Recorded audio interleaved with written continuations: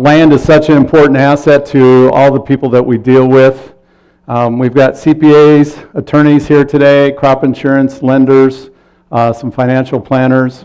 So we have a broad spectrum of people that are working with people in agriculture. And I always like to give kind of a history or where the reason that people, kind of a background in the ag land and what's behind it. And on our, why do people own land? And it's a way of life.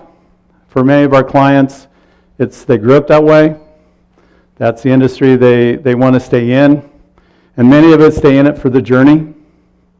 They want it to, I visited with a gentleman yesterday I sold his ranch 5 years ago, and he's about 84 now. He lives in Texas. He says, Mark, I am so burned out and bored.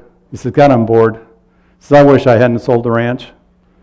You know, I talked to a gentleman yesterday also who came in, and he's 87, and he's sitting there, I don't want to sell, because what would I do? So it's their journey. It's their journey for them. The other thing is it helps generate income, and that's the basis for everything that we do in the ag industry is to have that land to generate income. I had some gentlemen come down from Denver, and they watched one of our auctions, and in our discussions, he just didn't realize the amount of what big business was that the agriculture industry was, what it took to operate, everything involved. So a lot of the general public doesn't really realize that. It's retirement and investments for many.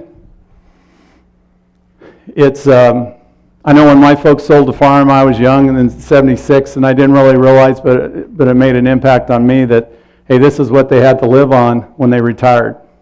So for many, it's a source of retirement for them. But for many, it's also, there's some who just own land for an investment.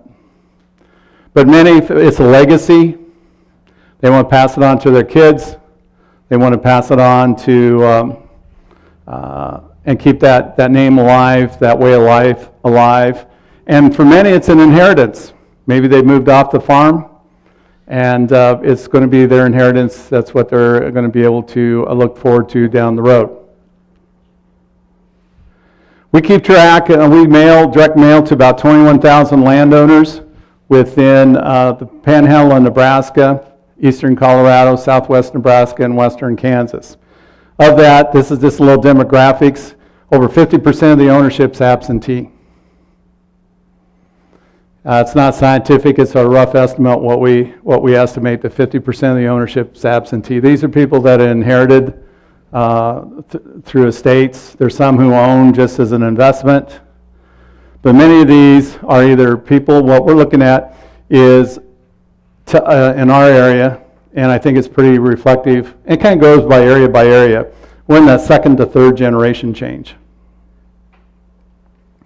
We have the people that are in their 80s, 90s, or typically are in the second generation. They're trying to make the decision, do I sell before I pass?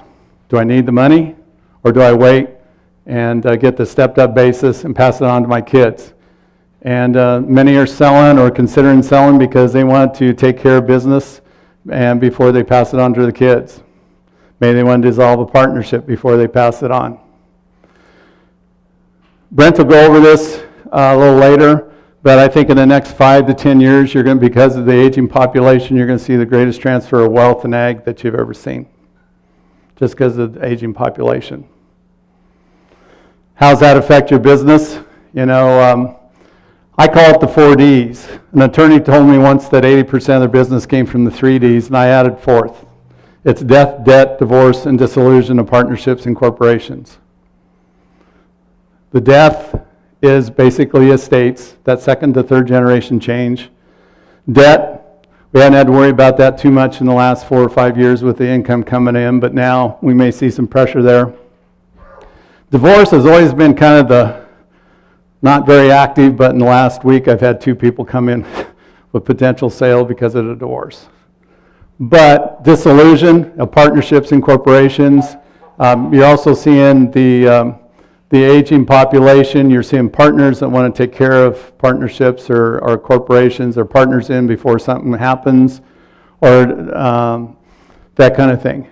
And when you're dealing in these situations,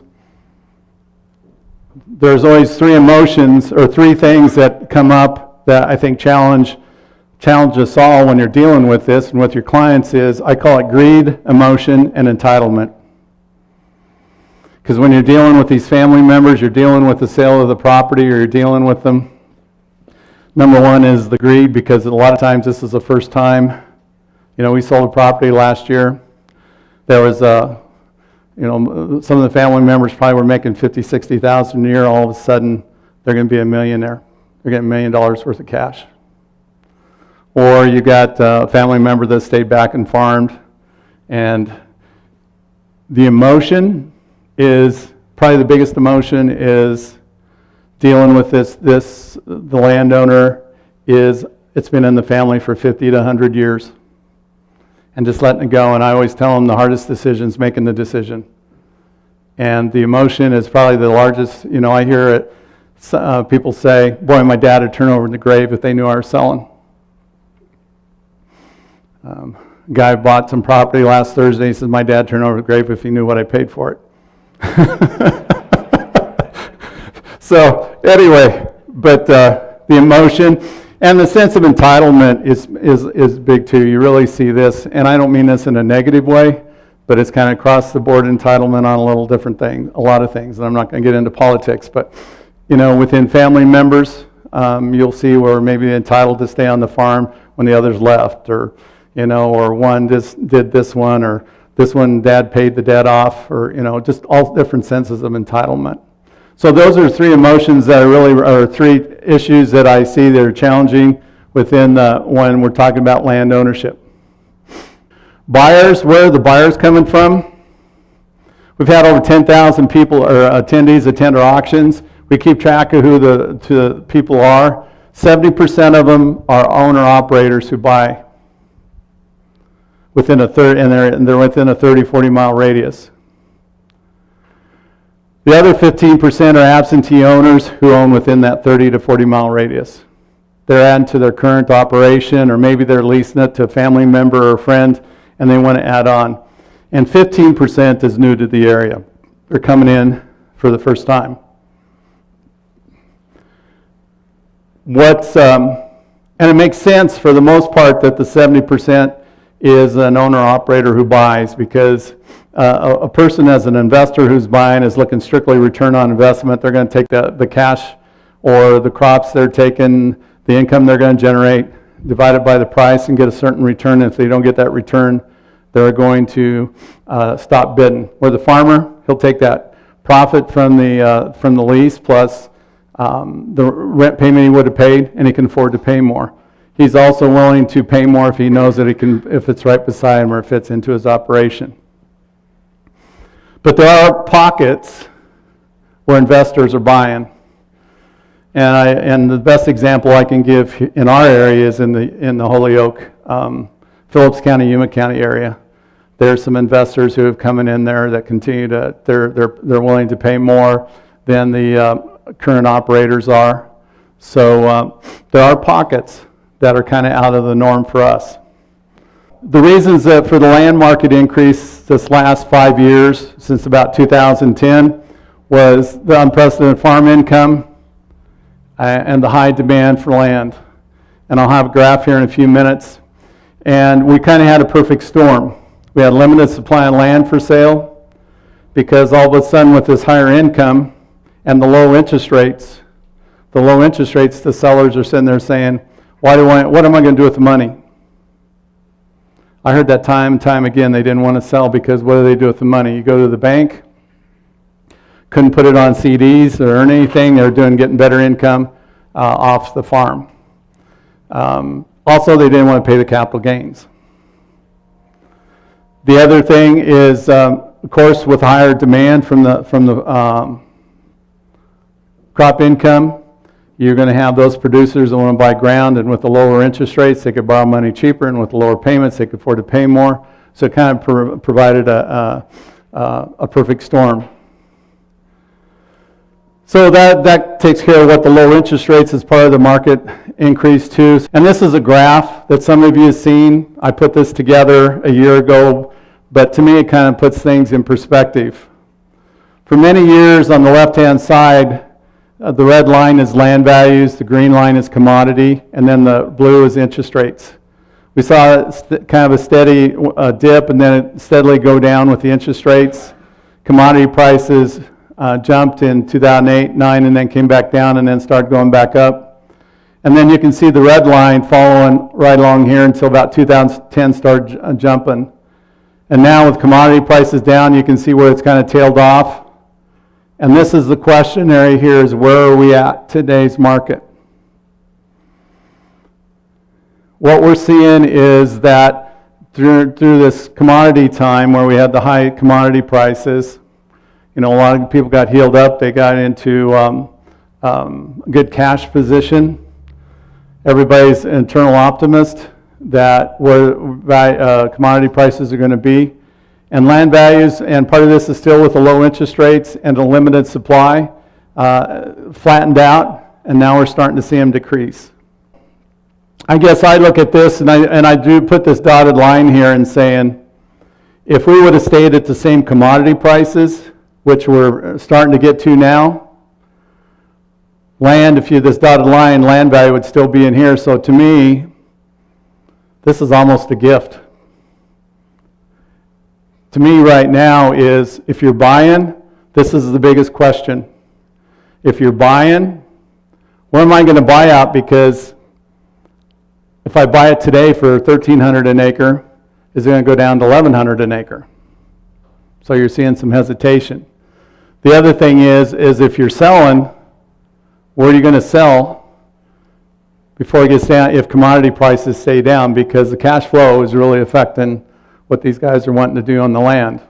I gave an example to somebody the other day, and I just said, hey, if you had two-income household that was making $50,000 and one of them lost their job, and it was cut in half to $25,000, what would that family do to adjust to that income? If they wanted to buy a house, what would they do? They'd look at what other investments they had, what other cash they had on hand, or would they do nothing, or would they adjust? And to me, that's kind of the buyer mentality right now. I was telling Brent a little while ago that this is the first in 34 years that I've been in real estate in a deflationary market, land market. Because when I got in and moved to Sterling here, it was in '86, and the market had already declined, and it was just steady for a lot of years, and then we've gone through this. So this is new for me also. It's not the end of the world by any means, but what we are seeing the deflationary land markets due to lower commodity prices, and with that also the operating expenses, you're at break even or loss. And you know, the biggest concern, the things that we're seeing at the auctions are for us to get the starting bid. Once people know it's going to sell, then there's activity on it. But if we have auctions with the reserve, people are still thinking that the reserves may be too high. But until we say it's going to sell or it's an absolute auction, then they get active. Some of them won't even come if there's a reserve because they just assume automatically the reserve's too high. So we've had to change our way that we approach in selling land. I think that what we've already seen is experiences a 10 to 15% decline in the market on good quality properties. You might even see a little less there, depending on what it is. We just did an auction on probably some of the best quality ground that we have sold south of Juanita, Nebraska last Thursday. In one quarter, brought $2,800 an acre. And the other two brought 23 and 24. But then we're over in Brent's area, and we did an auction here about before Christmas, and we couldn't get the reserve at 15. So it depends a lot on location and quality. On marginal properties, I think depending on the property, you can see as much as a 20 to 25% decline in value. The things that are really going to affect value when you're dealing with your clients, and this is just our opinion, what we see, is the quality. You know, what kind of soils does it have? What kind of, when you're talking about irrigation, where you're at with how many feet of water left, what your, the irrigation equipment is. topography. The one thing that you're going to run into when I talk about all this, and really is prevalent now in the land market when you're selling, is, I'm going to jump back just a minute. One gentleman told me when we did an auction last year, he says, my dad always told me if you buy a good piece of ground, you pay for it once. If you buy a marginal piece, you pay for it every year.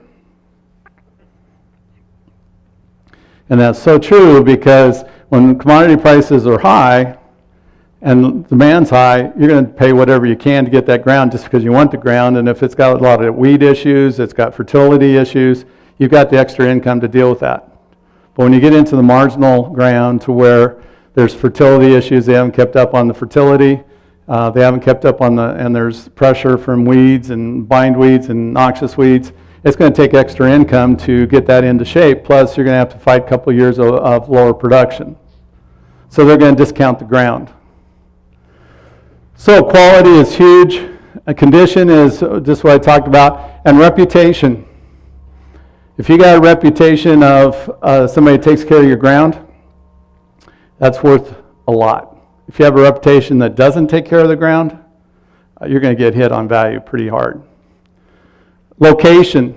That's some people will ask, well, what's the difference between here and Juanita, Nebraska? Well, I mean, they get probably 5 more inches of rain. It's been typically with that rain, there's stronger individuals in the area, and the location is big, and especially as far as you look at location in Kimball, Nebraska versus Juanita. There's no comparison, but what happens is, and actually I'm going to quit publishing my values in my newsletter because I'll have people say, what's going on with the land market? Because they own property in Juanita, Nebraska, and they're looking at Kimball and they say, ground's selling for $600 an acre. So, you got it, location's huge, location, and who's around it. That is, you go to a Holyoke, a lot of times in the Holyoke area, you make one phone call, and you'll have, if the word gets out, you'll have 5 phone calls within 4 hours, somebody wanting to buy it. So location, economic interest in the area, and then interest rates, and Brent will, I assume, address that, but interest rates are huge.